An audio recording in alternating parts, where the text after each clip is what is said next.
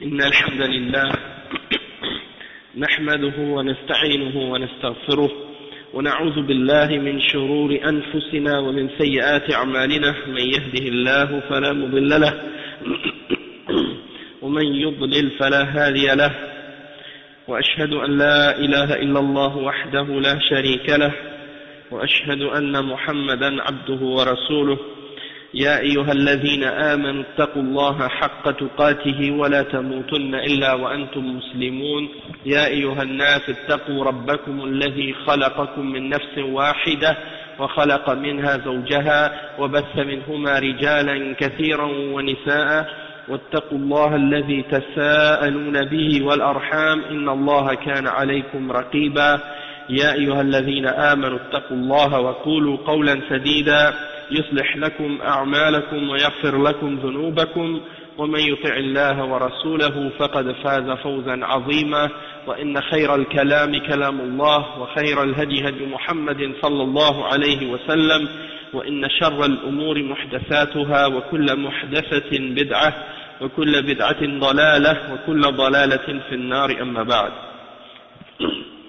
Donc, alhamdulillah, j'aimerais remercier avant tout les frères de la mosquée ici qui ont organisé cette dawra, alhamdulillah, ce séminaire, et donc que Allah subhanahu wa ta'ala leur donne la récompense et le succès pour cet effort qu'ils font. C'est quelque chose de très bénéfique et très bien, Inch'Allah, et qu'ils continuent dans cette voie, dans cette ville de Tourcoing. Et on va lire aujourd'hui ensemble le sharh d'une risala du Cheikh Mohammed ibn Abdul Wahhab qui s'intitule Masail al-Jahiliya, et c'est le sharh du Cheikh Salih al-Fawzan. C'est le sharh du Cheikh Salih al-Fawzan du livre Masail al-Jahiliya. Le livre Masail al-Jahiliya, comme vous allez le voir dans l'introduction du Cheikh, c'est un livre qui parle de plusieurs points, parmi les points qui ont été rapportés par les mushrikines et les kuffars, parmi les juifs et les chrétiens, pour s'opposer au message du prophète Muhammad sallallahu alayhi wa sallam. Donc c'est leur shubuhat en fait. Qu'est-ce qu'ils ramenaient comme shubuhat pour justifier le fait qu'ils refusaient de suivre la guidance du prophète Muhammad sallallahu alayhi wa sallam. Et vous allez constater en écoutant les différentes shubuhat qui ont été mentionnées par les mushrikines, auxquelles Allah subhanahu wa ta'ala a répondu dans le Coran et auquel le messager d'Allah sallallahu alayhi wa sallam a répondu dans la sunna, vous allez constater que ces mêmes shubuhat existent encore aujourd'hui chez les gens qui s'opposent à la religion de l'islam et qui s'opposent au tawhid et à la sunna. Donc vous allez voir beaucoup de choses qui ont des liens qui existent encore aujourd'hui chez ces gens-là. Lorsqu'on les appelle à la vérité, ils vont vous mentionner ces exemples-là. Et alhamdulillah, vous allez voir que les réponses en même temps sont claires, et avec les clarifications du Cheikh Al-Fawzan, ça devient encore plus clair. Et ça me fait penser au verset dans le Coran dans lequel Allah subhanahu wa ta'ala il dit كَذَلِكَ قَالَ الَّذِينَ مِنْ قَبْلِهِمْ مِثْلَ قَوْلِهِمْ تَشَابَهَتْ قُلُوبُهُمْ. C'est ainsi que les gens ont dit, ceux qui étaient avant eux ont dit, ils ont dit la même chose, et leurs cœurs se ressemblent. Ils ont dit la même chose qu'eux, leurs cœurs se ressemblent. Donc ça veut dire que malgré les différences d'époque, les différences de lieux, les différences de civilisation, peu importe, ils vivaient dans différentes régions du monde, à différentes époques, mais ils ramenaient toujours les mêmes shubuhat pour s'opposer à la vérité. Et aujourd'hui, même encore, dans ce siècle, à notre époque, vous parlez avec des kuffars et des mushrikins, ils vous amènent encore les mêmes shubuhat. C'est pour dire que, Allah subhanahu wa ta'ala dit dans le Coran, Atawasaw bih. Est-ce qu'ils se sont tous concertés pour être d'accord tous sur ces mêmes shubuhat? On dirait qu'ils se sont concertés. On dirait qu'ils se sont tous réunis quelque part un bon moment pour dire, bon, quand quelqu'un va venir avec les paroles d'Allah, les paroles du messager, on va leur répondre ça. Ils ont tous, comme s'ils se sont tous concertés là-dessus. Mais bon, comme Allah subhanahu wa ta'ala dit, tashabahat qulubuhum, c'est parce que leurs cœurs se ressemblent. Donc on va lire ensemble, on va commencer tout de suite les paroles de Cheikh Al-Fawzan, qu'est-ce qu'il dit à ce sujet-là. Il commence par l'introduction. Le cheikh il dit Alhamdulillah, Bismillahir Rahmanir Rahim, Alhamdulillahi Rabbil Alamin, wa sallallahu wa sallam wa barak ala nabiyyina Muhammadin wa ala alihi wa ashabihi ajma'in. Wa ba'd. قال شيخ الإسلام محمد بن عبد الوهاب رحمه الله في مقدمة رسالته مسائل الجاهلية. هذه مسائل خالف فيها رسول الله صلى الله عليه وسلم أهل الجاهلية الكتابيين والأميين مما لا غنى للمسلم عن معرفتها، فالضد يظهر حسنه الضد وبضدها تتبين الأشياء، فأهم ما فيها وأشد خطرا عدم إيمان القلب بما جاء به الرسول صلى الله عليه وسلم، فإن انضاف إلى ذلك استحسان ما عليه أهل الجاهلية تمت الخسارة. قال تعالى والذين آمنوا بالباطل وكفروا بالله أولئك هم الخاسرون. Donc le cheikh il commence en disant Bismillah ar-Rahman ar-Rahim, louange à Allah, le Seigneur des mondes, et paix et salut sur son messager Muhammad, notre messager Muhammad sallallahu alayhi wa sallam, et sur ses fidèles et sur sa famille et ses compagnons qui l'ont suivi. Et ensuite il dit que le cheikh Muhammad ibn Abdul Wahhab rahimahullah, il dit dans l'introduction de son livre Masail al-Jahiliya, voici quelques points ou quelques questions au sujet desquelles le prophète Muhammad sallallahu alayhi wa sallam a opposé ou a contredit les gens de la Jahiliya, parmi les Kitabiyin, c'est-à-dire ceux qui ont reçu un livre parmi les juifs et les chrétiens, et les Ummiyin, c'est-à-dire les gens qui n'avaient pas reçu de livre auparavant. Et ce sont des choses que le musulman ne peut s'en passer. Le musulman ne peut s'en passer parce que c'est des connaissances très importantes. Et il mentionne un poème ou un vers dans lequel il est mentionné que les opposés, quand une chose oppose une autre, ça nous aide à comprendre et à réaliser quelque chose. Donc, si tu veux savoir qu'est-ce que c'est le chaud, le meilleur exemple que je peux te donner, c'est que c'est le contraire de ce qui est froid. Si je veux te faire comprendre qu'est-ce qui est la noirceur ou l'obscurité, ben je peux te dire que c'est le contraire de la lumière. Donc, par les choses qui s'opposent, on arrive à comprendre mieux quelque chose. Et c'est ça que veut souligner ce vers de poésie que le cheikh a mentionné. Et il dit que parmi ce qui est le plus important dans ces différents points et ces différentes questions, parmi les questions de la Jahiliya qui sont mentionnées dans le livre, il y a le fait qu'ils refusent d'avoir la foi dans leur cœur au sujet de ce que le messager d'Allah sallallahu alayhi wa sallam a ramené. Donc de l'absence de foi, l'absence de la foi dans le cœur à propos de ce que le prophète sallallahu alayhi wa sallam a ramené. Et si on rajoute à cette absence de foi le fait qu'on considère comme étant quelque chose de bien ce qui a été ramené par les gens de la Jahiliya, alors là c'est là que tu arrives à ta perte totale. C'est-à-dire que non seulement tu n'as pas de foi dans ton cœur par rapport à ce qui est ramené de la part du prophète Muhammad sallallahu alayhi wa sallam, mais en plus de ça, ce que les gens de la Jahiliya ont ramené, tu le vois comme étant quelque chose de bon et quelque chose de bien, et tu l'acceptes de leur part. Donc ça c'est, une fois que tu arrives à ce degré-là, yani, tu as le plus grand niveau de la perte. Et il mentionne le verset 52 dans Surat Al-Ankabut, dans lequel Allah subhanahu wa ta'ala dit, et ceux qui ont cru à ce qui est faux, et qui ont rejeté la foi en Allah subhanahu wa ta'ala, alors ceux-là sont les perdants. Ceux qui ont cru à ce qui est faux et qui ont rejeté la foi en Allah, alors ceux-là sont les perdants. Donc avant de commencer à lire le sharh du Cheikh Al-Fawzan à propos de cette petite introduction-là, j'aimerais juste mentionner un point, c'est que ce livre il a été traduit en français par le ministère des Affaires religieuses de l'Arabie Saoudite, et malheureusement la traduction qu'ils en avaient fait, elle était vraiment médiocre, malheureusement, et donc je me souviens d'avoir essayé de lire cette risale dans la traduction qu'ils avaient publiée, et j'avais rien compris de ce qui était écrit dans cette traduction-là, parce que la façon dont elle avait été écrite ou traduite, c'était pas clair du tout, c'était pas ça expliquait pas réellement la signification de ce qui est dedans.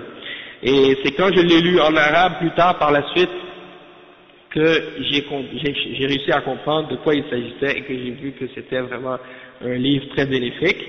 Donc j'espère que, Inch'Allah, cette petite traduction qu'on fait, ça va aider justement à faire sortir l'importance de ce livre-là, puis le bien qui est dedans. Et en même temps, c'est un rappel pour ceux qui font des traductions, d'essayer de traduire d'une manière qui est compréhensible, pas trop compliquée non plus. Des fois, il y a des gens qui sortent des mots qui prennent dans les dictionnaires du Moyen-Âge, je sais pas, et que personne aujourd'hui utilise, et ils les ramènent pour montrer leur érudition, puis à quel point ils connaissent bien la langue française, pour copier les orientalistes ou les spécialistes en islamologie, soi-disant. Mais bien entendu, alhamdulillah, le prophète sallallahu alayhi wa sallam nous a interdit ce genre de complication du langage, d'utiliser des mots difficiles ou compliqués pour montrer qu'on sait bien parler. Ça, c'est quelque chose qui est mal vu, ou qui est pas bien vu dans l'islam, malgré que certains pensent que c'est quelque chose de bien. Donc le cheikh dit الشرح هذه رسالة من رسائل الشيخ محمد بن عبد الوهاب رحمه الله اسمها مسائل الجاهلية التي خالف فيها رسول الله صلى الله عليه وسلم أهل الجاهلية تشتمل على 128 مسألة استخلصها رحمه الله من الكتاب والسنة وأقوال أهل العلم والغرض من ذلك تنبيه المسلمين من أجل أن يتجنبوا هذه المسائل لأنها خطيرة جدا. Donc le cheikh il explique encore, il dit que c'est une risale du cheikh Mohammed Abdul Wahhab qui s'intitule les questionnements de la Jahiliya ou des gens de la Jahiliya au sujet des choses dans lesquelles ils ont contredit ou au sujet des choses dans lesquelles le messager d'Allah sallallahu alayhi wa sallam a contredit les gens de la Jahiliya. Et c'est une risala qui comprend 128 mas'ala, 128 points, parmi les points que le cheikh Mohammed ibn Abdul Wahhab a rassemblés et a résumés. Et il les a tirés du Coran et de la Sunna et des paroles des ulama. Donc, le but de ça, le but de ces masail, de ces questions, c'est de faire prendre aux musulmans conscience et de prendre leur attention et aller sur ces points-là pour qu'ils puissent s'écarter de ces shubuhat de la part des mushrikines, parce que ce sont des shubuhat qui sont très dangereuses. وبين رحمه الله أن هذه المسائل مما خالف فيها رسول الله صلى الله عليه وسلم أهل الجاهلية من الكتابيين والأميين. والكتابيون المراد بهم أهل الكتاب من اليهود والنصارى، لأن اليهود عندهم كتاب التوراة التي أنزلها الله على موسى عليه السلام، والنصارى عندهم كتاب الإنجيل الذي أنزله على عيسى بن مريم عليه الصلاة والسلام، فلذلك سموا بأهل الكتاب، وهم الآن يطلقون على التوراة العهد القديم أو الأسفار القديمة، ويطلقون على الإنجيل أسفار العهد الجديد، هذا في اصطلاحهم. وهما كتابان عظيمان أنزلهما الله على نبيين كريمين وهما موسى وعيسى عليهما السلام، لا سيما التوراة فإنها كتاب عظيم والإنجيل مكمل لها ومصدق لها، ولذلك سموا بأهل الكتاب فرقا بينهم وبين غيرهم ممن ليس لهم كتاب. Donc le cheikh il dit que le cheikh Mohammed ibn Abdul Wahhab l'a clarifié donc ces différentes questions par rapport aux choses dans lesquelles le prophète sallallahu alayhi wa sallam a contredit les gens de la Jahiliya, qui sont les gens du livre, et les Ummiyin, ceux qui n'ont pas reçu de livre. Les Kitabiyoun, ce sont ceux qui ont reçu un livre comme les Juifs et les chrétiens. Les Juifs, ils ont reçu la Torah. Allah subhanahu wa ta'ala leur a révélé la Torah sur Moussa alayhi salam. Et les chrétiens, ils ont Al-Injil, et c'est le livre qui a été révélé sur Isa ibn Maryam alayhi salatu wassalam. Et c'est pour ça qu'on les appelle les gens du livre. Et aujourd'hui, ils donnent à ces livres-là le nom de l'Ancien Testament pour la Torah et les autres livres, et ils appellent l'Injil le Nouveau Testament. Ça, c'est les terminologies qu'ils ont inventées.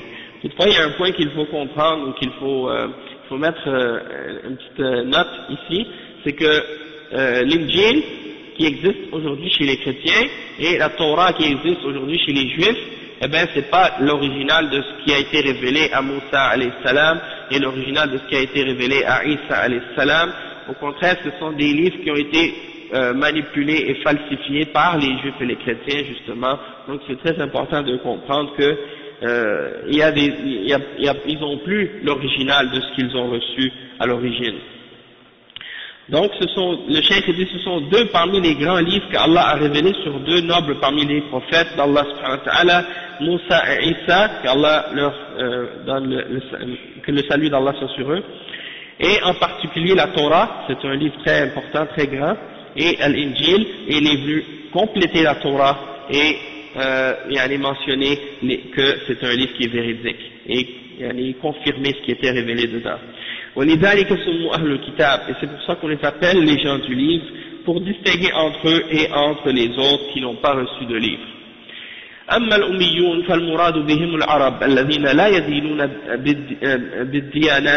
بالديانتين سموا بالأميين جمع أمي نسبة إلى الأم والأمي هو الذي لا يقرأ ولا يكتب فإنهم قوم يقرؤون ولا يكتبون في الغالب وليس عندهم كتاب قبل نزول القرآن فلذلك سموا بالأميين وكما قال تعالى هو الذي بعث في الأميين رسولا منهم وكما قال وما آتيناهم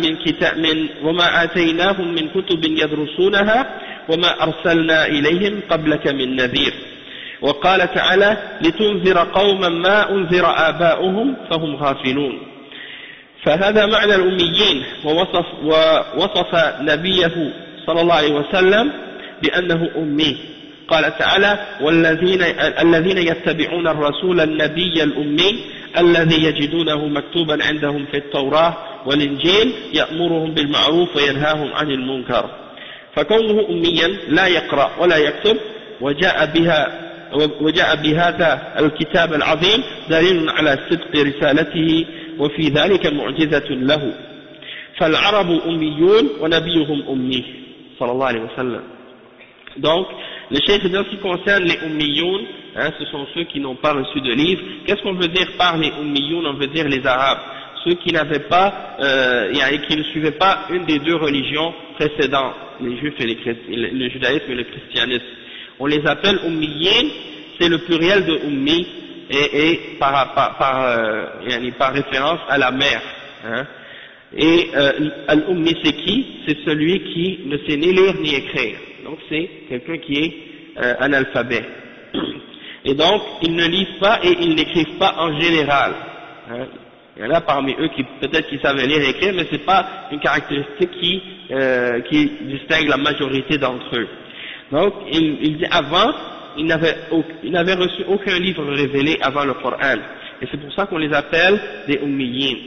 Et Allah subhanahu wa ta'ala, il les appelle ainsi dans le Coran, dans Surat al-Jumu'ah, le verset 2, Allah subhanahu wa ta'ala dit c'est lui qui a fait venir parmi les ummiyin un messager un d'entre eux parmi les ummiyin pour être un messager parmi eux. Donc il a suscité parmi eux un prophète, parmi les ummiyin. Et il mentionne dans le verset 44 dans Surat al-Saba, il dit on ne leur avait pas donné de livres qu'ils étudiaient auparavant et on ne leur avait pas envoyé non plus d'avertisseurs. Et il mentionne aussi dans le verset 6 dans Surat Yasin, Allah subhanahu wa ta'ala il dit c'est pour que tu avertisses un peuple dont les pères n'ont jamais été avertis auparavant, alors ils sont dans l'insouciance. Et donc ça c'est la signification de al-ummiyoun ou al-ummi. Et le prophète Muhammad sallallahu alayhi wa sallam a été décrit par Allah subhanahu wa ta'ala dans le Coran comme étant un prophète qui est ummi, qui ne sait ni lire ni écrire, comme c'est mentionné dans le verset 157 dans Surat Al-A'raf. Allah subhanahu wa ta'ala dit, en parlant des mu'minines, ceux qui suivent le messager, le prophète analphabète, le prophète qui ne sait ni lire ni écrire, qu'ils retrouvent écrit ou mentionné par écrit dans la Torah et dans l'Injil, qui leur ordonne le bien et qui leur interdisent le mal, qui leur interdisent le mal dans Surat Al-A'raf. Donc, le fait que le prophète Muhammad sallallahu alayhi wa sallam ne sache ni lire ni écrire, comme c'est mentionné dans le Coran, et en plus qu'il a ramené cette révélation, ce livre, le Coran, et bien ça c'est une preuve de la véracité de son message. Puisque quelqu'un d'illettré ne peut pas venir avec un livre pareil. Et donc ça c'est une des preuves qu'il est véridique dans son message, et c'est un miracle pour lui. Hein, c'est un miracle pour lui. Donc les Arabes sont des ummiyoun à la base, hein, et leur prophète est un prophète ummi. أما الجاهلية فالمراد بها النسبة إلى الجهل، والجهل عدم العلم، والجاهلية هي التي ليس فيها رسول وليس فيها كتاب، والمراد بها ما كان قبل بعثة النبي صلى الله عليه وسلم. قال تعالى ولا تبرجن تبرج الجاهلية الأولى، يعني التي قبل بعثة النبي صلى الله عليه وسلم. Donc le cheikh il dit en ce qui concerne le terme jahiliya, le mot jahiliya, hein, qu'est-ce qu'on veut dire? C'est un mot qui s'apparente à l'ignorance, c'est relié à l'ignorance, parce que dans le mot jahiliya il y a le mot jahl.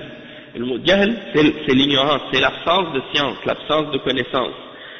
Donc al-jahiliya c'est la période dans laquelle il n'y a pas de messager. Quand on parle de l'ignorance, on ne parle pas de n'importe quelle ignorance, on parle de l'ignorance de la guidance, l'ignorance de la vérité qui vient d'Allah subhanahu wa ta'ala, l'ignorance de ne pas connaître le message d'Allah, de ne pas connaître le tawhid, de ne pas connaître la guidance qui vient des prophètes. Donc c'est de cette ignorance-là qu'on parle. Sinon il y a d'autres individus qui peuvent être très savants dans plein d'autres aspects de la dunya, mais ça ne fait pas d'eux des gens qui sortent de la jahiliya. Ils sont tout de même considérés comme étant des jahiliya, des gens dans la jahiliya ou qui ont de l'ignorance en eux. D'accord? Donc, le cheikh il explique, il dit donc qu'on parle de la jahiliya. Quand on parle de la jahiliya, c'est la période dans laquelle il n'y a pas de messager, il n'y a pas de livre. C'est de ça qu'on parle. Et donc, en général, on parle de la période avant que le prophète Muhammad sallallahu alayhi wa sallam ait été envoyé. Et c'est pour ça que Allah subhanahu wa ta'ala dit dans le verset 33 dans Surat Al-Ahzab, à propos des femmes, il dit وَلَا تَبَرَّجْنَا تَبَرُّجَ الْجَاهِلِيَّةِ الْأُولَى, hein, comme par exemple Allah subhanahu wa ta'ala dit وَقَرْنَ فِي بُيُوتِكُنَّ وَلَا تَبَرَّجْنَا تَبَرُّجَ الْجَاهِلِيَّةِ الْأُولَى, et restez dans vos demeures. Allah subhanahu wa ta'ala dit aux femmes, et restez dans vos demeures et ne vous exhibez pas de la manière dont les femmes s'exhibaient dans la jahiliya. Et bien entendu, la façon dont les femmes s'exhibaient dans la jahiliya, ça a été décrit dans les paroles des ulama, hein, dans les livres de tafsir. Et il y a des exemples très clairs de formes de tabarruj, de formes d'exhibition qui existaient, hein, à l'époque. Et ça c'est décrit bien clairement dans les livres de tafsir. Et quand on lit ces descriptions-là, on retrouve exactement les formes de tabarruj qu'on retrouve aujourd'hui dans les sociétés, des gens qui ne suivent pas la guidance d'Allah subhanahu wa ta'ala en ce qui concerne l'habillement des femmes et en ce qui concerne le comportement des femmes. Elles font la même sorte de tabarruj que le tabarruj qui existait avant la venue du prophète Muhammad sallallahu alayhi wa sallam à l'époque, et même parfois elles font des formes de tabarruj qui sont bien pires encore. Yani, hein, c'est-à-dire le tabarruj qui était fait avant la période du prophète Muhammad sallallahu alayhi wa sallam. لأنه قبل بعث النبي صلى الله عليه وسلم كان العالم كله يموج في ضلال وكفر وإلحاد، لأن الرسالات السابقة اندرست، فاليهود حرفوا كتابهم التوراة وأدخلوا فيه كثيرا من الكفريات والضلال والشنائع التي أدخلوها في التوراة، وكذلك النصارى حرفوا كتابهم الإنجيل عما كان عليه وقت نزوله على عيسى عليه الصلاة والسلام. Donc le cheikh il dit c'est parce que à l'époque, avant l'époque du prophète Muhammad sallallahu alayhi wa sallam, le monde entier était sous, disons, il était noyé dans l'égarement, dans la mécréance et dans la déviation par rapport à la religion. Et les messages qui avaient été envoyés auparavant, eh bien, ils s'étaient dissipés. Ils avaient été mélangés, hein, entre le vrai et le faux. Et les Juifs avaient falsifié leur livre, la Torah. Et ils ont entré dans ces livres-là beaucoup de formes de kufr et d'égarement. Hein, et beaucoup de choses laides, hein, ils ont fait rentrer dans la Torah. Hein, et ils accusent leurs prophètes dans la Torah, par exemple, de toutes sortes de péchés, hein, et toutes sortes de choses laides que Allah subhanahu wa ta'ala a interdit. Hein. Donc, ça c'est des exemples, que si les gens ils ont des choses comme ça dans leur livre à propos de leurs prophètes, et même par la suite, ils prennent ces exemples-là comme exemple, puis ils disent par la suite, ben, si c'est le cas des prophètes, et que les prophètes faisaient ça, alors on peut faire ce qu'on veut par la suite. Hein. Donc c'est dans le but de salir l'image des prophètes. Et je ne sais pas si vous avez déjà entendu des exemples de ce qui est écrit dans leurs livres par rapport à ces choses-là. Je préférerais éviter de les mentionner parce que c'est vraiment dégoûtant, mais c'est juste pour vous dire, Allah al-Musta'an. De même que les chrétiens, hein, dans l'Injil, il y a eu beaucoup de déformations, hein, et ils ont falsifié leurs livres par rapport à ce qui était écrit dans leurs évangiles. Et donc, qu'est-ce qui est connu aujourd'hui comme étant des évangiles chez les chrétiens? Eh bien, ça n'a rien à voir avec l'évangile qui avait été révélé à Isa alayhi salam. Hein, c'est complètement différent. Et donc, tout ça, ça indique qu'il n'y avait plus de révélation à cette époque-là. Il n'y avait plus de guidance. Les gens même ceux qui voulaient suivre la vérité, ils n'avaient aucun moyen, aucun endroit aucun lieu vers qui retourner pour s'accrocher à quelque chose de vrai, parce que il y avait beaucoup de confusion par rapport à la révélation même. وذلك أن رجلا يقال له بولس أو شاول كان يهوديا حاقدا على رسول الله عيسى عليه السلام، وهذا الرجل لجأ إلى المكر والخداع أو الخديعة في إفساد دين المسيح عليه السلام، حيث أظهر الإيمان بالمسيح أنه ندم على ما كان من قبل من عداوة المسيح، وأنه رأى رؤيا بزعمه فآمن بالمسيح وصدقه النصارى فيما قال، ثم إنه تناول الإنجيل الذي أنزله على عيسى فأدخل فيه الوثنيات والشركيات والكفريات، حيث أدخل فيه عقيدة التثليث، أي أن الله ثالث ثلاثة وأن عيسى ابن الله أو هو الله.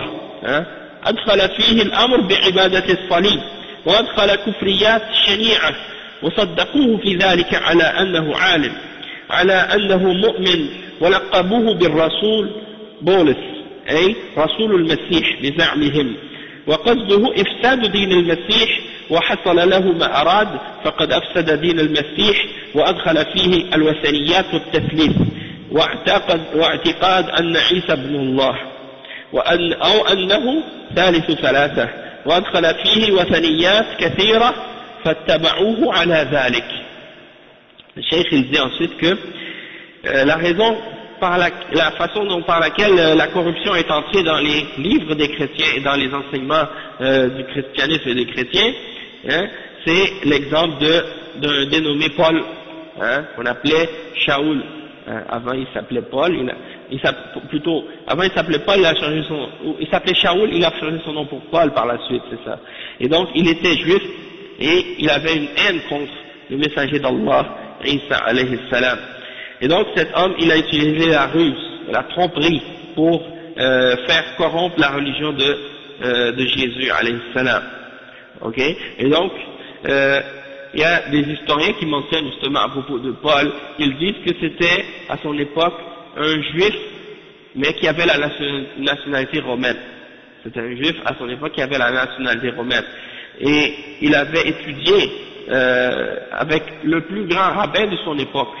Il a étudié la religion juive avec un des plus grands rabbins de son époque. Donc c'est quelqu'un qui connaissait très bien la loi juive, et non seulement ça, il était un citoyen avec la citoyenneté, parce qu'à l'époque la Palestine était colonisée par les Romains, hein, donc c'était une colonisation, donc les Juifs étaient sous la colonisation des Romains, et lui il avait pris la citoyenneté romaine, donc, et il avait non seulement pris la citoyenneté romaine, mais il a étudié le droit romain, donc c'était en plus quelqu'un qui était informé et qui connaissait bien la loi romaine également. Donc lui, il a utilisé justement sa connaissance de la religion juive et de la loi romaine et de beaucoup d'autres connaissances des croyances de l'époque chez les Grecs et autres pour justement corrompre les enseignements de Isa alayhi salam et mélanger ça avec toutes sortes de formes de paganisme, de shirk, de kufr, et comme par exemple il est allé voir les chrétiens, puis il a montré qu'il avait des remords d'avoir fait du tort aux chrétiens ou à ceux qui avaient cru en Isa alayhi salam. Donc au début il les a torturé, il leur a fait du tort. Puis il a dit qu'il a vu une vision sur un chemin, puis que Jésus lui a parlé, il lui a demandé pourquoi tu me persécutes ou des choses de ce genre. Soi-disant, il est revenu par la suite à la vérité, et que Jésus l'a chargé d'un message, d'une mission. Donc il est parti par la suite, et il a fait croire que ça y est, maintenant il avait cru en Al-Messie, et qu'il avait des remords pour ce qu'il avait fait auparavant, et qu'il croyait maintenant en Al-Messie. Et les chrétiens l'ont cru. Puis il a commencé à déformer les enseignements que Isa avait enseignés dans Al-Injil. Il a, comme j'ai dit, incorporé toutes sortes de formes de shirk et de kufr dans les croyances, comme la Trinité. Les chrétiens, ils ont une notion à propos de Dieu, ils croient que Dieu est trois en un. Ils disent qu'il y a Dieu le Père, Dieu le Fils et Dieu le Saint-Esprit. Ils disent que ces trois-là forment un seul. Et donc, ils croient que Jésus est Dieu, et il est son Fils en même temps. Et ils croient en un Esprit Saint, ils disent aussi que ça fait partie de Dieu ou que c'est Dieu.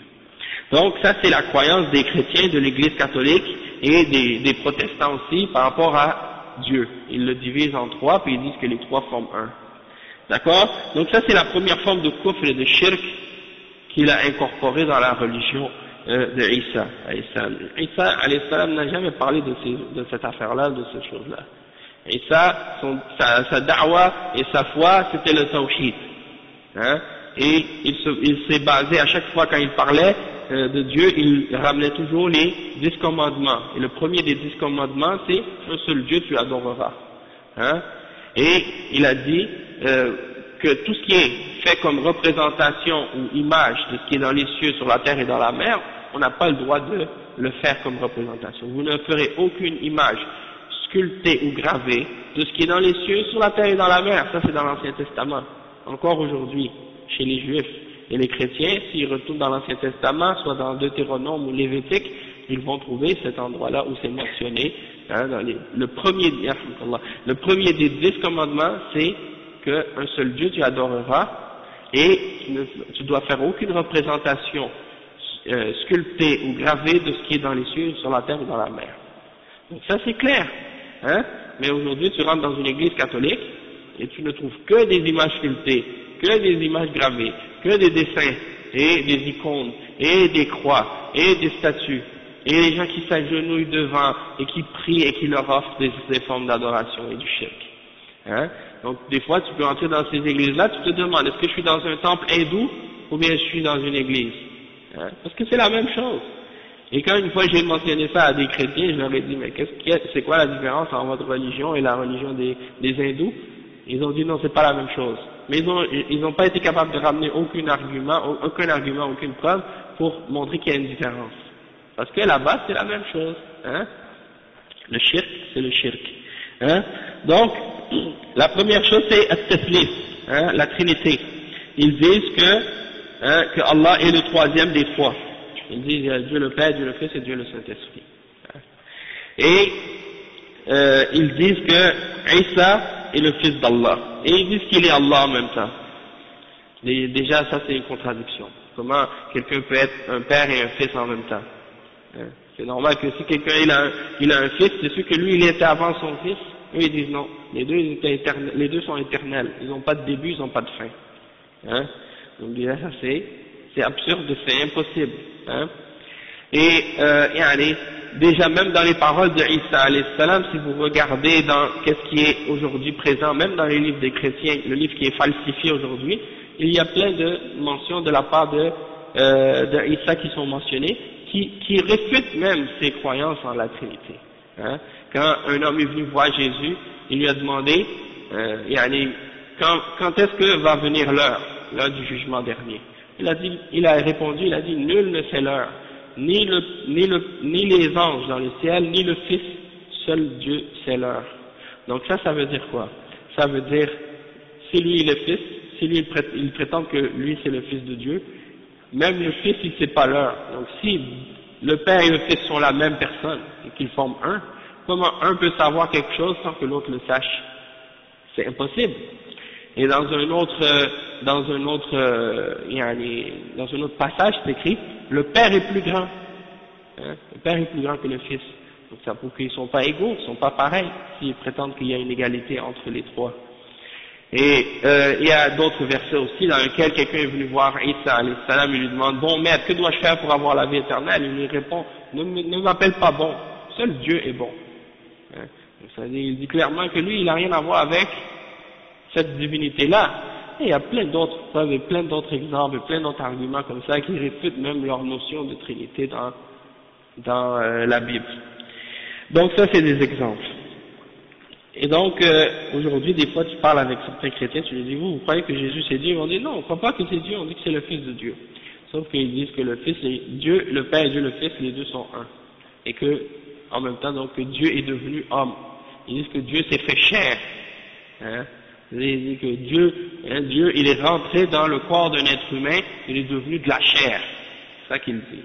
Ça, c'est la religion des hululiyin, parmi les soufis, qui croient que Dieu peut rentrer dans certains êtres humains, parmi les salihin.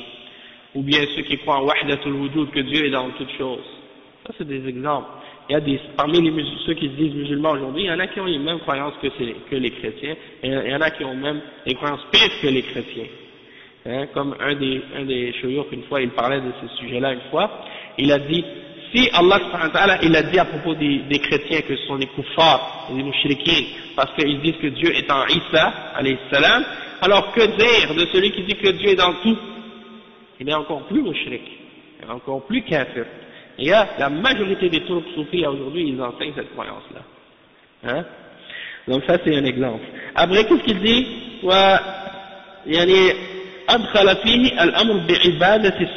Il a incorporé également dans les enseignements d'Isa le fait d'adorer la croix. Parce que Isa alayhi salam, il n'a jamais dit aux gens d'adorer la croix. Il n'a jamais pris non plus la croix comme un symbole, hein, pour dire aux gens, vous devez porter ça sur vous, ça va vous protéger de quelque chose, ou d'un mal, ou des choses de ce genre. Hein. Ça c'est des gens qui ont inventé ça, ça n'a rien à voir avec le message de Isa alayhi salam. Et ils ont également fait rentrer dans son enseignement plein d'autres formes de shirk et de kufr. Et eux, les chrétiens de cette époque-là, les premiers chrétiens, ils ont cru en lui et ils l'ont suivi. Ils ont pensé que c'était un savant et ils l'ont appelé le messager de Isa, le messager de Isa. Hein? Et donc, alors que lui, en réalité, son intention et son but, c'était de corrompre la religion de Isa alayhi salam. Un petit peu comme Abdullah ibn Saba al-Yahudi, le Yéménite, hein, qui s'appelait Abdullah ibn Saba, qui est venu parmi les musulmans après la mort du prophète Muhammad sallallahu alayhi wa sallam pour essayer de corrompre les enseignements du prophète Muhammad sallallahu alayhi wa sallam et de l'islam, et d'appeler à l'extrémisme et à l'exagération au sujet de Ali ibn Abi Talib radiyallahu anhu, et qui a fondé en fait les bases de la croyance des Shia et des Rafidah. Donc en fait, la religion des Chiites, c'est un petit peu la même chose que qu'est-ce que Paul avait essayé de faire avec les chrétiens, sauf qu'il a essayé de le faire avec les musulmans. Et on voit que malheureusement, il a réussi à égarer une grande partie de ceux qui se disent musulmans aujourd'hui avec les croyances des Shia, hein, Rafidah. Donc, ça c'est des exemples. Après le cheikh il dit donc il a réussi à atteindre son but, il a corrompu la croyance de Isa, il a fait rentrer dedans des croyances de paganisme et de trinité, et de faire croire aux gens que Isa c'est le fils de Dieu, ou qu'il est un des trois, parmi les trois qui forment la divinité, et il a fait rentrer également des formes de paganisme et toutes sortes de fausses croyances qui sont très proches des croyances des mouchriquines auparavant. Comme par exemple, faut se souvenir, il faut se rappeler d'un point important aussi, c'est que les Romains à l'époque, ils n'étaient pas encore chrétiens, l'Empire romain n'était pas encore devenu chrétien, c'est 325 ans après, avec l'empereur Constantin, que le christianisme a été établi comme religion de l'Empire romain à l'époque de Isa alayhi salam, puis après c'était pas encore un empire chrétien. Donc eux ils avaient une religion avant, ils avaient des croyances avant, ils adoraient des statues, ils adoraient des étoiles, ils adoraient toutes sortes de choses en dehors d'Allah subhanahu wa ta'ala, comme les Romains, comme les Grecs, hein. Les Grecs qui adoraient les étoiles, qui adoraient les statues, qui adoraient des dieux. Ils croyaient que Dieu avait des enfants, qu'il avait des femmes, qu'il avait des fils, qu'il avait des... Donc Zeus et les dieux de l'Olympe, et tous ces trucs-là, le dieu de l'amour, le dieu de la guerre, le dieu de ci et ça. Et ils croient qu'ils prenaient des femmes et ils avaient des enfants avec des femmes. Et ces enfants-là devenaient des demi-dieux. Puis ils avaient des dons et des trucs de ce genre, comme Hercule, puis des trucs comme ça. Donc ça, ça faisait partie de leur croyance. Et donc c'était facile pour eux d'incorporer ça avec mélanger les croyances de Isa alayhi salam avec les croyances de ces païens-là pour leur faire croire en Dieu qui a un fils, qui prend une femme, il lui fait faire un enfant, des trucs de ce genre, puis des trucs de ce genre, que Jésus c'est le fils de Dieu. Ils ont accepté ces croyances-là facilement parce qu'ils étaient déjà adaptés, ou prêts à accepter ces idées-là à cause de leurs croyances de shirk qu'ils avaient déjà auparavant. Et ces croyances-là se sont propagées par la suite dans l'Empire romain, c'est devenu la religion de l'État, puis le reste de l'Europe après, qui n'était pas encore sous l'emprise de l'Empire romain, comme la France, puis l'Angleterre, puis les autres régions de l'Europe qui étaient à l'époque en dehors de l'Empire romain, ils avaient des croyances païennes aussi, croyant en les esprits, croyant en les arbres, ils croyaient en toutes sortes d'autres formes de shirk, et c'est après que l'Empire romain s'est agrandi, ils ont incorporé ces différentes régions-là, ces différentes parties-là de l'Europe dans l'Empire romain, puis ils ont fait entrer avec ça leur religion, c'est-à-dire la religion catholique, et c'est ça qui a fait que par la suite, ces mêmes peuples-là ici, comme les Français et les autres, ils ont mélangé aussi leurs croyances de shirk avec les enseignements de l'Église et avec le pape et tous ces trucs-là. Donc ça, on peut dire en fait que le pape, c'est le prolongement de l'Empire romain. Et il a continué à être celui qui a géré les affaires de l'Empire romain, mais sauf, même si l'Empire romain était écroulé, mais avec l'Église catholique, ça continue encore avec son emprise aujourd'hui. Bon, Allah understand. C'est important quand même de savoir ces petits détails-là parce que ça nous aide à comprendre quand même beaucoup de choses. Donc, même les chrétiens aujourd'hui, s'ils vous disent, les Français disent, nous on est catholiques, on est chrétiens, vous pouvez leur dire, écoute, avant d'être chrétien, vous étiez quoi? Et qui est-ce qui vous a fait rentrer le christianisme en Europe? C'est les Romains. Est-ce qu'ils sont venus avec la paix? Est-ce qu'ils sont venus avec accepter le christianisme? Non, ils sont venus avec l'épée. Et ils les ont forcés à devenir catholiques. Et ils ont dû accepter ça par la force. Ils ont abandonné leur croyance païenne et leur shirk pour une autre forme de shirk. Donc, changer un shirk pour un autre shirk. C'est comme chez nous, par exemple, le pays de mon père en Haïti, il y a beaucoup d'Haïtiens, ils se disent catholiques. Il y a 100% peut-être que la population en Haïti, ils se disent catholiques. Mais dans leur pratique, et dans leur croyance profonde, ils sont tous des vaudouisants. C'est-à-dire, ils croient tous en des esprits, en des djinns qu'ils adorent en dehors d'Allah. Ils pratiquent le vaudouisme. Ils mélangent les esprits des djinns et ils leur donnent des noms de l'église catholique parmi les saints. Donc quand ils adorent les images des saints, en réalité ils n'adorent pas les saints, ils adorent les djinns et les shayatines. Mais ils font croire aux gens, ils faisaient croire aux prêtres et aux gens de l'époque qu'ils étaient en train d'adorer ces saints-là pour continuer à cacher leur vraie croyance. Parce que s'ils étaient trouvés en train de pratiquer le vaudouisme, ils allaient les tuer. Donc, ils ont trouvé cette méthode. Et en Afrique, vous avez la même chose. Beaucoup de catholiques, des gens, des chrétiens, ils se disent chrétiens alors qu'en réalité, ils pratiquent d'autres choses. Ils pratiquent des croyances païennes, des croyances animistes, qui n'ont rien à voir avec le christianisme, mais ils mélangent ça avec le christianisme. Et il y en a parmi les musulmans qui ont fait la même chose, malheureusement. Ils mélangent l'islam avec des croyances de shirk qu'ils avaient auparavant, et c'est pour ça qu'ils sont tombés maintenant dans l'adoration des saints, l'adoration des tombes, et toutes sortes d'adoration des autres formes de gris-gris, des trucs de ce genre, de sihr, de magie, de choses comme ça. Donc, on voit que l'histoire, en fait, ça se répète tout le temps. Mais, alhamdulillah, il y a toujours des ulama et des du'at qui ramènent les gens à la pureté du message des messagers et du tawhid pour clarifier aux gens la vérité du mensonge. Donc, le cheikh il dit, وهذه حالة أهل الكتاب قبل بعثة النبي صلى الله عليه وسلم إلا بقايا منهم كانوا على الدين الصحيح ولكن الأكثرية منهم على الكفر والانحراف عن دين الله. Donc le cheikh dit, ça c'était l'état des gens du livre avant la venue du prophète Mohammed sallallahu alayhi wa sallam, excepté un petit nombre d'entre eux qui étaient encore sur la religion correcte. Et il y a une note en bas qui dit que Cheikh al-Islam Ibn Taymiyyah a dit que ce groupe-là qui était sur la religion correcte de Isa, ils ont disparu un peu avant la venue du prophète Mohammed sallallahu alayhi wa sallam. Excepté, donc, il dit que la majorité, ils étaient dans le kufr et dans la déviation, ils avaient quitté le message d'Allah subhanahu wa ta'ala et la religion d'Allah. أما العرب فكانوا على قسمين، قسم اتبع الديانات السابقة كاليهودية والنصرانية والمجوسية، وقسم كانوا على الحنيفية دين إبراهيم وإسماعيل، لا سيما في الحجاز في أرض مكة المكرمة. Le cheikh dit en ce qui concerne les Arabes, ils étaient de deux catégories.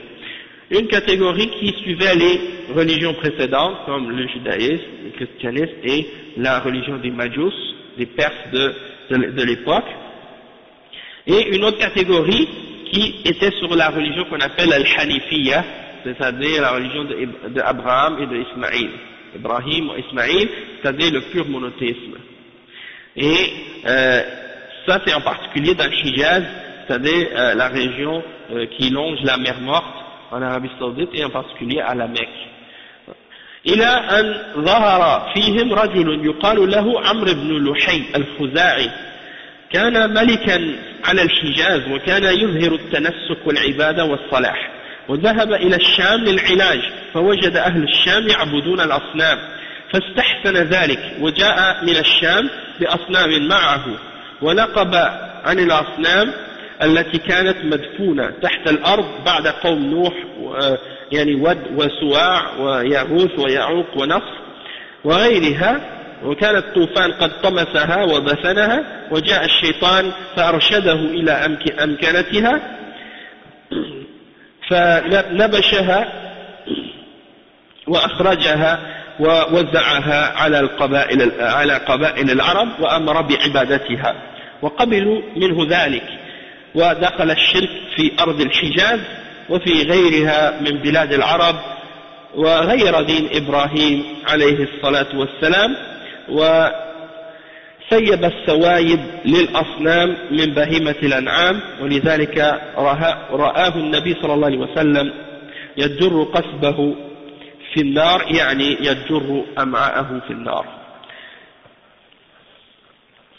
Donc,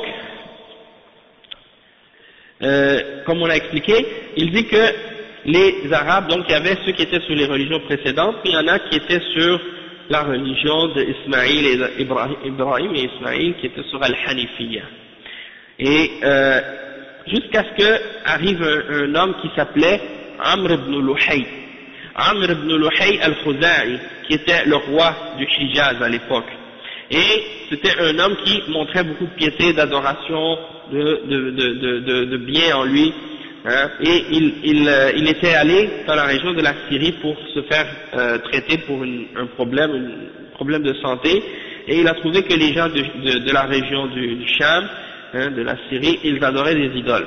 Alors il a trouvé que c'était quelque chose de bon, lui il a trouvé ça correct.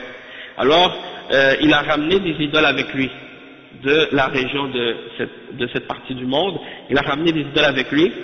Et une fois qu'il est arrivé, il a trouvé aussi, le shaitan lui a inspiré les endroits où trouver les idoles du peuple de Noé, qu'ils adoraient à son époque, qui avaient été enterrés par les déluges et les différentes inondations. Donc il l'a creusé pour les faire sortir, puis le shaitan donc l'a inspiré pour faire ça, et puis il les a comment je pourrais dire, divisé entre les différentes tribus des Arabes de l'époque pour qu'ils commencent à les adorer, puis il leur a ordonné de les adorer. Et donc, c'est ainsi que le shirk est entré dans la péninsule arabe à l'époque, dans les pays des Arabes. Et il a donc, Amr ibn Luhay, c'est lui qui a changé la religion d'Abraham, c'est lui qui a amené le shirk dans cette région-là à l'époque. Et le prophète sallallahu alayhi wa sallam, il a dit justement à son sujet qu'il l'a vu dans l'enfer en train de traîner ses entrailles, de traîner ses tripes et aller dans l'enfer à cause de ce qu'il avait fait. Et il y a juste une chose aussi que j'aimerais rajouter par rapport à ça, c'est que à notre époque, qu'est-ce qu'on a remarqué, c'est que les kuffars, ils vont dans chaque pays, dans chaque région du monde, et ils font revivre les anciennes formes de jahiliya qui existaient. Quand ils vont en Égypte, ils font rénover les pyramides et les anciennes statues. Hein. Quand ils vont en Irak, ils font reconstruire les anciennes statues que les gens adoraient avant.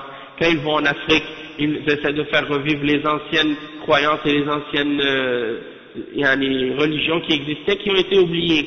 Hein. Et comme ça, ils font la même chose partout. Hein. C'est comme si on dirait qu'ils veulent dire aux gens, vous êtes musulmans, mais avant vous étiez dans des religions de shirk, il faut revenir à ces religions de shirk et abandonner le tawhid, abandonner l'islam. Donc ça c'est grave, il faut faire attention à ces choses-là, parce qu'ils ramènent ça au nom du patrimoine humain, au nom de soi-disant comment je pourrais dire, l'UNESCO et toutes ces choses-là, barakallahu fik. Donc ça c'est une ruse du shaitan. Et le prophète sallallahu alayhi wa sallam, il nous a annoncé, il nous a averti que l'heure du jugement dernier, il ne va pas venir jusqu'à ce que des gens dans la péninsule arabe recommencent à adorer les idoles. Et donc ça nous fait comprendre qu'il y a un moment où les gens vont revenir à l'idolâtrie encore une fois. Et même si aujourd'hui, il y en a déjà du shirk dans l'adoration de certains, dans les pays musulmans qui adorent des tombes, mais là ce ne sera plus des tombes, ce sera des vraies idoles, des vraies statues comme les gens adoraient auparavant, ça va revenir comme c'était. Hein? Allah al-Musta'an. فكانت حالة العالم قبل بعثة النبي صلى الله عليه وسلم في ضلال مبين، الكتابيون والأميون وغيرهم وسائر أهل الأرض إلا بقايا من أهل الكتاب كانوا على دين الحق ولكنهم انقرضوا قبل البعثة فأصبح الظلام حالكا في الأرض. وجاء في الحديث أن الله نظر إلى أهل الأرض فمقتهم يعني أبغضهم عربهم وعجمهم إلا بقايا من أهل الكتاب. وفي هذا الظلام الحالك وهذه الجاهلية المستحكمة وانطماس السبل ودروس وآثار الرسالات السماوية بعث الله نبيه محمدا صلى الله عليه وسلم لإخراج الناس من الظلمات إلى النور كما قال تعالى لقد من الله على المؤمنين إذ بعث فيهم رسولا من أنفسهم يتلو عليهم آياته ويزكيهم ويعلمهم الكتاب والحكمة وإن كانوا من قبل لفي ضلال مبين. وإن كانوا من قبل أي قبل بعثته صلى الله عليه وسلم. Donc le cheikh il dit que, donc, comme on l'a dit tout à l'heure, à l'époque, avant la venue du prophète sallallahu alayhi wa sallam, les gens étaient dans l'égarement évident, les gens du livre, les Ummiyin et les autres, ils étaient tous dans l'égarement, excepté, comme on l'a dit, un petit groupe parmi les gens du livre qui étaient encore sur la vérité, mais ils sont tous disparus avant la venue du prophète sallallahu alayhi wa sallam, et donc l'obscurité totale est apparue sur la terre à partir de ce moment-là. Il n'y avait plus du tout de guidance. Et c'est mentionné dans un hadith que Allah subhanahu wa ta'ala à ce moment-là a regardé à tous les habitants de la terre et il les a tous détestés. Les Arabes et les non-Arabes, excepté un petit groupe parmi les gens du livre, comme c'est mentionné dans le hadith. Et donc, dans toute cette obscurité, dans ces ténèbres, hein, dans cette jahiliya et dans ce mélange de toutes les voix, hein, et dans cette perte de toutes les traces des révélations célestes, et bien Allah subhanahu wa ta'ala a fait susciter son prophète Muhammad sallallahu alayhi wa sallam pour faire sortir les hommes des ténèbres vers la lumière, comme Allah subhanahu wa ta'ala il dit dans le verset 164 dans Surat Al-Imran, hein, Allah subhanahu wa ta'ala a certes fait une faveur aux croyants en faisant venir parmi eux un messager d'un parmi les leurs qui leur récite ces signes et qui les purifie et qui leur enseigne le livre et la sagesse, alors qu'auparavant ils étaient certes dans un égarement évident. Donc avant la venue du prophète Muhammad sallallahu alayhi wa sallam, ils étaient dans un égarement évident. والجاهلية كما قلنا منسوبة إلى الجهل وهو عدم العلم وكل أمر منسوب إلى الجاهلية فهو مذموم فإنه مذموم ولهذا قال تعالى ولا تبرجن تبرج الجاهلية الأولى نهى نساء النبي صلى الله عليه وسلم عن التبرج وهو إظهار الزينة في السوق وفي الأسواق أمام الناس لأن أهل الجاهلية كانت نساؤهم تتبرج بل تكشف عن عوراتها كما في الطواف عندهم يرون أن هذا من المفاخر الله المستعان. Donc le cheikh il dit que quand on utilise le terme jahiliya, ça revient ou ça s'apparente au terme de l'ignorance, à l'ignorance, c'est-à-dire l'absence de science, l'absence de connaissance. Et toute chose qui est attribuée ou qui est reliée à la jahiliya, automatiquement ça veut dire que c'est quelque chose qui est blâmé, qui est blâmable. Il n'y a rien de louable dans qu'est-ce qui a rapport avec la jahiliya. Donc si le prophète sallallahu alayhi wa sallam dit telle ou telle chose fait partie de la jahiliya, alors automatiquement ça veut dire que cette chose-là elle est blâmable, elle est mauvaise. Et c'est pour ça que Allah subhanahu wa ta'ala dit dans le verset 33 dans Surat Al-Ahzab وَلَا تَبَرَّجْنَا تَبَرُّجَ الْجَاهِلِيَّةِ الْأُولَى. Allah subhanahu wa ta'ala il interdit à la femme de faire le tabarruj des femmes de la jahiliya. Et c'est-à-dire que Allah interdit aux femmes du prophète Muhammad sallallahu alayhi wa sallam de faire le tabarruj et à toutes les femmes également de le faire. Et le tabarruj c'est quoi? C'est de faire paraître les atours, de laisser montrer les atours de la femme dans les marchés ou dans les places publiques. Lorsque la femme sort de chez elle, elle se couvre pas correctement, elle laisse montrer de son corps les parties qui attirent les hommes. Ça c'est ce qu'on appelle le tabarruj. Également, le tabarruj, ça peut être aussi fait de d'autres manières. Aussi, ça peut être fait dans la façon de marcher, la démarche de la femme.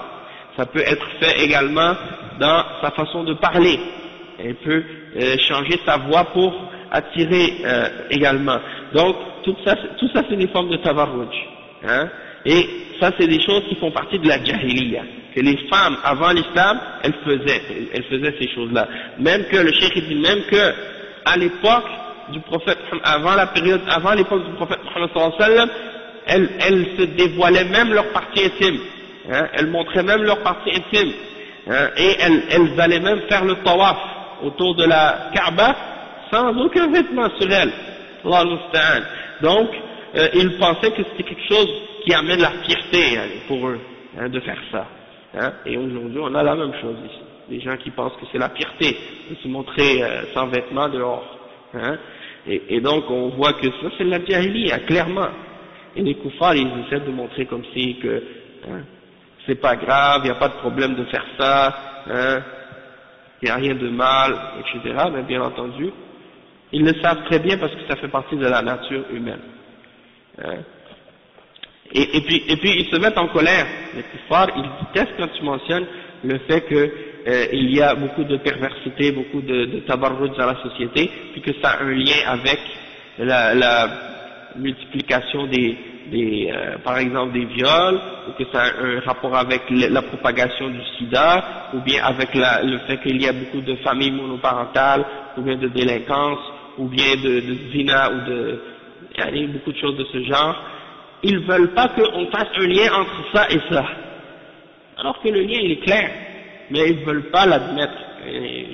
J'ai entendu des fois des kuffars qui se mettent en colère, et des fois ils citaient juste le fait que quelqu'un ait mentionné des liens entre ces choses-là, ils font uniquement le citer, sans même le réfuter, sans même ramener d'arguments pour prouver que c'est faux, ils font juste le citer pour essayer de dire, regardez, ils font des liens entre ça et ça. Comme si le simple fait de mentionner qu'on fait un lien, ça suffisait pour nous discréditer, ou pour montrer que ce qu'on disait c'était pas sérieux ou pas logique. Alors que le lien il existe, il est clair, il est évident.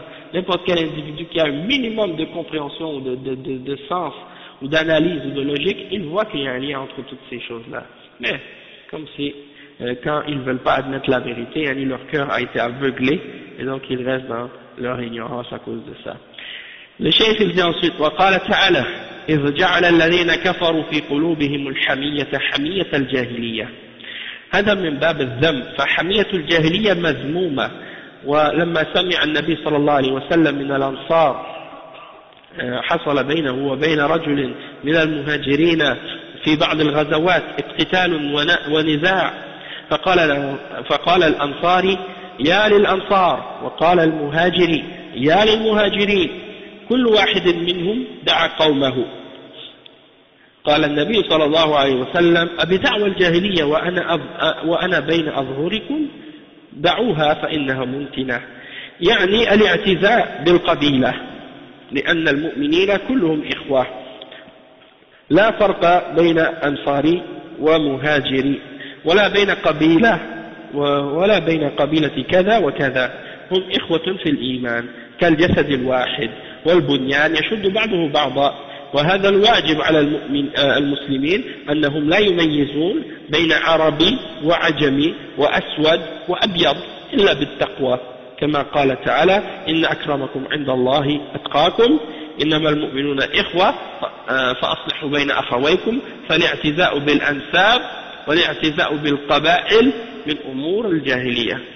Le Cheikh il dit donc, il mentionne le verset 26 pour montrer d'autres exemples, le verset 26 dans Surat Al-Fath, pour montrer d'autres exemples dans lesquels le terme jahiliya est mentionné, et pour montrer que ce sont des choses blâmables.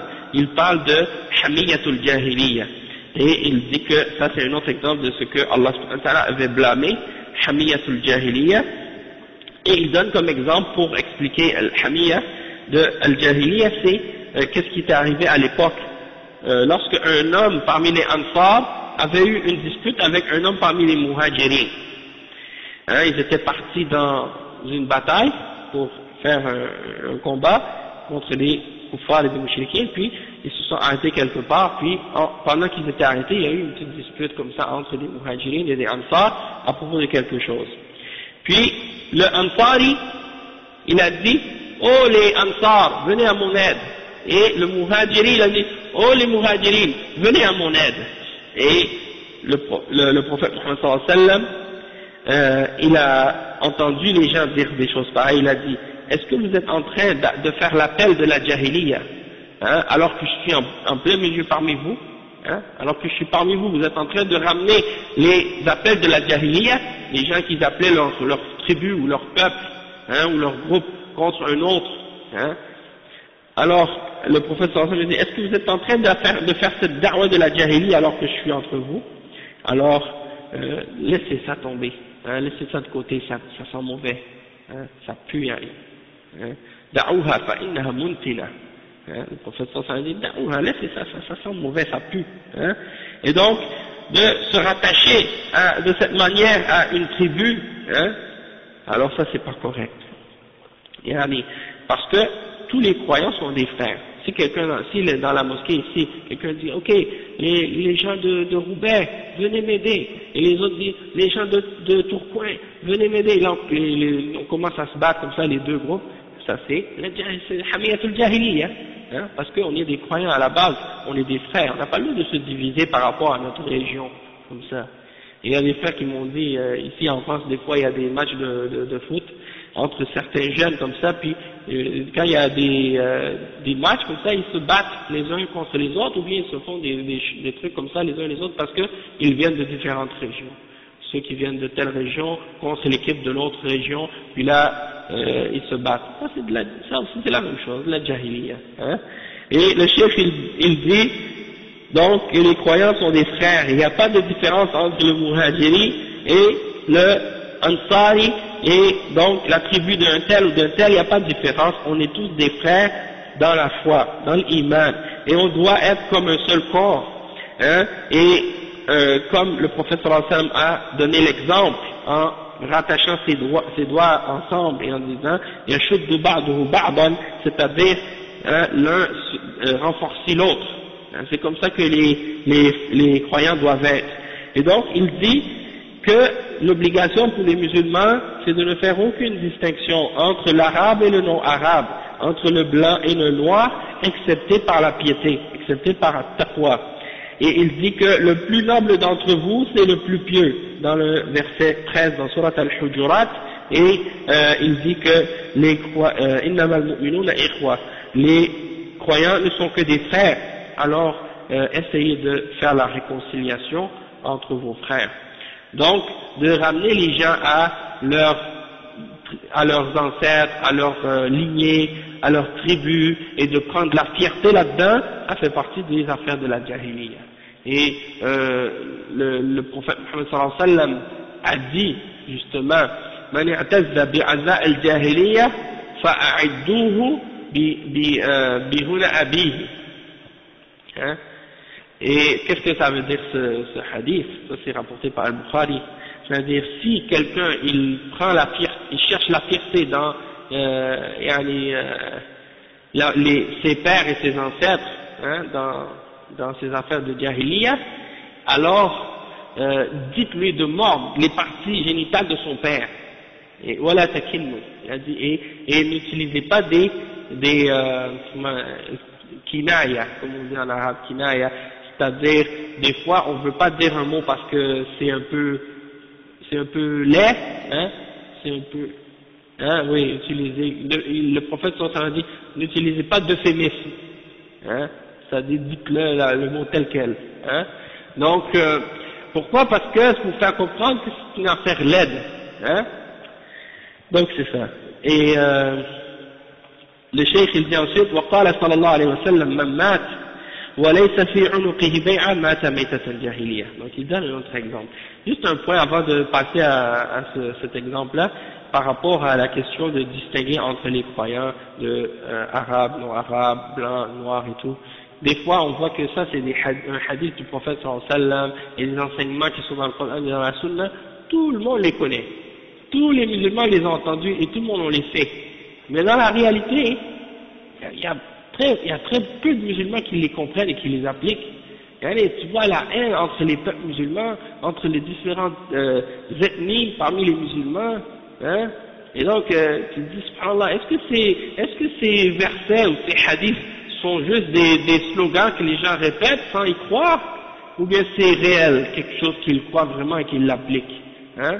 Et donc, on a l'impression aujourd'hui, subhanallah, que les gens ont complètement mis de côté l'application et la croyance réelle en ces textes. Hein? C'est bien beau de dire, on est tous des frères, il n'y a pas de différence entre le blanc et le noir, il n'y a pas de différence entre l'arabe et le non-arabe, mais dans l'application, où est-ce qu'elle est cette réalité-là, hein? La réalité, c'est que il y a beaucoup de haine les uns contre les autres, et des fois c'est parce qu'il y a un éloignement de l'islam, et parce que c'est un éloignement de la foi, les gens sont faibles dans leur foi et dans leur compréhension de l'islam, ils laissent passer leur jahiliya par-dessus, hein, ils laissent leur jahiliya avoir le dessus, et c'est pour ça que tu vois des trucs comme ça qui se produisent.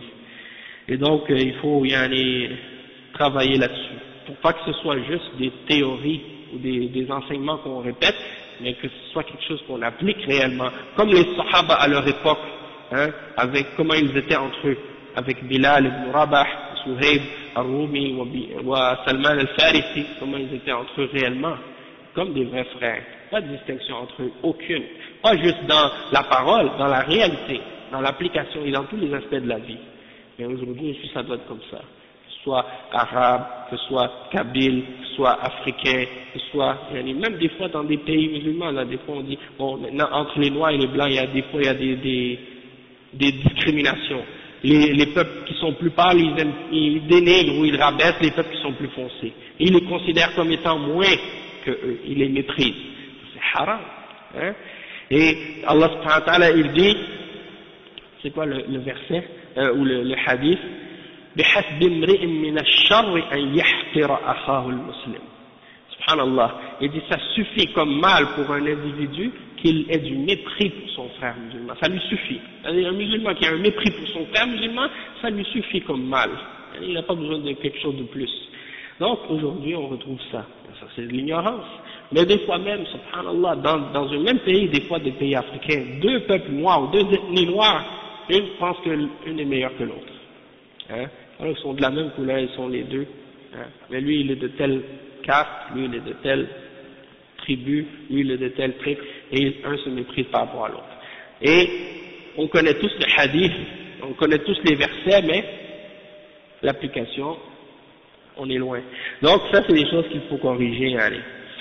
Et aussi par rapport aux convertis, parfois, qui viennent qui sont des Français, ou qui soient d'autres peuples européens ou autres, qui étaient à la base chrétiens, qui sont devenus musulmans.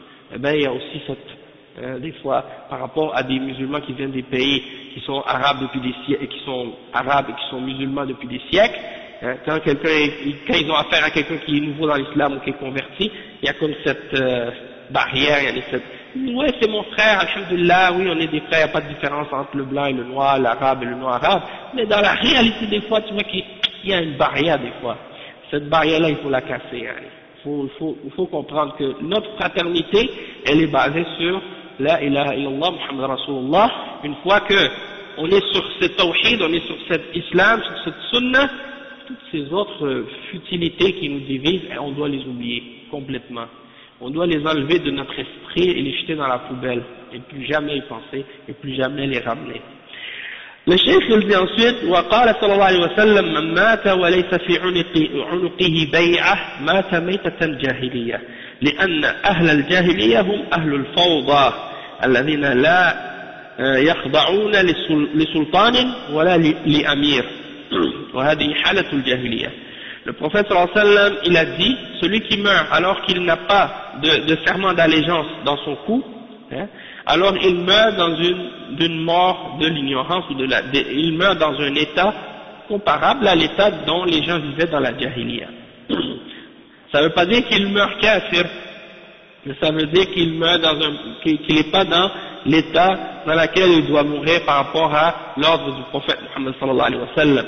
Pourquoi? Parce que les gens de la jahiliya, comme le cheikh il dit, ils vivaient dans le chaos, dans le désordre. Personne ne veut obéir à personne. Tout le monde pense qu'il est le chef. Tout le monde pense qu'il est meilleur que l'autre et qu'il n'a pas à se soumettre à quelqu'un d'autre. Hein? Et ça, c'est souvent la situation qui se passe dans des pays où il y a eu une colonisation. Quand les colonisateurs sont partis, ils ont laissé le peuple comme ça. Hein? Et puis là, quand il y en a un qui prend le pouvoir, les autres disent, mais lui, il n'est pas meilleur que moi, pourquoi lui, il veut être au pouvoir? Hein? Moi, j'ai autant de droits que lui, ou plus même, d'être à sa place.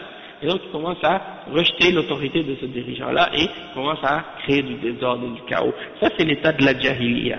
Ils n'acceptent pas d'être sous l'autorité d'un dirigeant ou d'un chef. Ça, c'est la période de la jahiliya, c'est l'état de la jahiliya. D'accord? Et le prophète sallallahu alayhi wa sallam a dit, celui qui meurt sans avoir un serment d'allégeance dans cet état-là, alors celui-là, il meurt dans l'état de la jahiliya. Bien entendu, ça c'est pour ceux qui vivent dans un pays musulman. Hein. Après le cheikh il dit, فالحاصل أن أمور الجاهلية كلها مذمومة ونهينا عن التشبه بأهل الجاهلية في كل الأمور والجاهلية انتهت ببعثة النبي صلى الله عليه وسلم فبعد بعثته زالت الجاهلية العامة وجاء العلم والإيمان ونزل القرآن والسنة وانتشر العلم وزال الجهل وما دام القرآن موجودا والسنة النبوية موجودة وكلام أهل العلم موجودا فإنه لا جاهلية حينئذ أعني الجاهلية العامة أما أنه يبقى بعض الجاهلية في بعض الناس أو في بعض القبائل أو في بعض البلدان فالجاهلية الجزئية تكون موجودة. Le cheikh dit donc, pour résumer tout, il faut comprendre que la jahiliya, elle est blâmable en entier, tout ce qui est dedans. Et on a été interdit de ressembler aux gens de la jahiliya dans toutes leurs affaires. Et la jahiliya, elle est terminée avec la venue du prophète Muhammad sallallahu alayhi wa sallam. Après la venue du prophète Muhammad sallallahu alayhi wa sallam, il n'y a plus de jahiliya générale ou globale, il n'y en a plus, c'est fini. Puisque le Coran, il est là, il a été révélé, il est encore présent avec nous, et la sunna, il est encore là parmi nous, et les paroles des ulama, elle est encore avec nous, donc le ilm, il est là, il est diffusé, il est propagé, et l'ignorance, elle est disparue. Hein, parce qu'aujourd'hui, on a la révélation et Allah subhanahu wa ta'ala, il la préserve. Donc, tant que le Coran est présent, tant que la sunna est présente, tant que les paroles des ulama sont présentes, alors il n'y a plus de jahiliya dans le sens de la jahiliya qui est globale et générale. Toutefois, il peut encore rester en certains individus, ou en certaines tribus, ou en certains pays, certains éléments de la jahiliya. Une jahiliya partielle, ou une jahiliya relative, en certains lieux, en certaines tribus, en certains individus, mais la jahiliya générale, globale, il n'y en a plus. Hein? Et le cheikh il donne des exemples. Il dit وَلِهَذَا لَمَّا سَمِعَ النَّبِي صلى الله عليه وسلم رَجُلًا يُعَيِّرُ أَخَاهُ بِقَوْلِهِ يَا ابْنَ السَّوْدَاءِ قال له أعيرته بأمه إنك امرؤ فيك جاهلية وقال صلى الله عليه وسلم 4 في أمتي من أمور الجاهلية لا يتركونهن الطعن في الأنساب والفخر بالأحساب والنحاية على الميت والاستسقاء بالنجوم فدل على أنه لا تبقى أشياء من أمور الجاهلية في بعض الناس فدل على أنه تبقى أشياء من أمور الجاهلية في بعض الناس وهي مذمومة ولكنه لا يكفر بها ولكن الجاهلية العامة زالت ولله الحمد ولهذا لا يجوز أن يقال الناس في جاهلية أو العالم في جاهلية لأن هذا جحود لوجود الرسالة وجحود للقرآن والسنة وهذا الإطلاق لا يجوز أما أن يقال في بعض الناس جاهلية أو في بعض الأشخاص جاهلية أو هناك خصال من خصال الجاهلية فهذا موجود ففيه فرق بين ما كان قبل البعثة وما بعد البعثة. Le cheikh il dit que le prophète sallallahu alayhi wa sallam, quand il a entendu un homme qui insultait un autre ou qui parlait d'un autre en disant toi fils de la noire, hein, le prophète Muhammad sallallahu alayhi wa sallam lui a dit est-ce que tu es en train d'essayer de l'insulter en le blâmant par rapport à sa mère, hein, et la couleur de sa mère? Tu es un individu en lequel il y a de la jahiliya. Tu es une personne dans laquelle il y a encore de la jahiliya. Donc, le cheikh il mentionne ce hadith qui est rapporté dans Al-Bukhari et Muslim pour nous faire comprendre que il peut y avoir des individus dans lesquels il y a de la jahiliya en eux. Certaines manifestations ou certains aspects de la jahiliya en eux. Et il mentionne dans un autre hadith, qui est un hadith rapporté par Al-Bukhari et Muslim aussi, qu'il y a 4 choses dans ma umma, en fait, il y a 4 choses dans ma umma qui font partie des choses de la jahiliya que vous n'allez pas abandonner. Hein? At-ta'nu fil ansab, des gens qui accusent ou qui insultent les gens par rapport à leurs ancêtres. Al-fakhru bil ahsab, des gens qui prennent de la fierté par rapport à leur lignée ou à leur statut ou leur niveau social. An-nihayatu ala al-mayyit, le fait que quelqu'un, par exemple, il se lamente, les lamentations lorsque quelqu'un est mort, et il commence à crier ou déchirer les vêtements, déchirer les cheveux, griffer les joues, hein, déchirer les cols, ou bien, comme ils font des fois dans certains enterrements, commence à énumérer les éloges et les bienfaits de cette personne et des choses de ce genre. Tout ça fait partie de An-Niyaha, pardon. Wal-istisqa bin-nujum, c'est-à-dire d'attribuer la pluie aux étoiles. Hein. Donc ça c'est des exemples de jahiliya qui existent et qui persistent dans la Ummah. Mais c'est des choses qui existent en certains individus qui sont blâmables. Elles n'atteignent pas, il dit, c'est pas des choses qui sont kufr, mais c'est des formes de jahiliya. Mais la jahiliya générale, elle est finie, il n'y en a plus, alhamdulillah.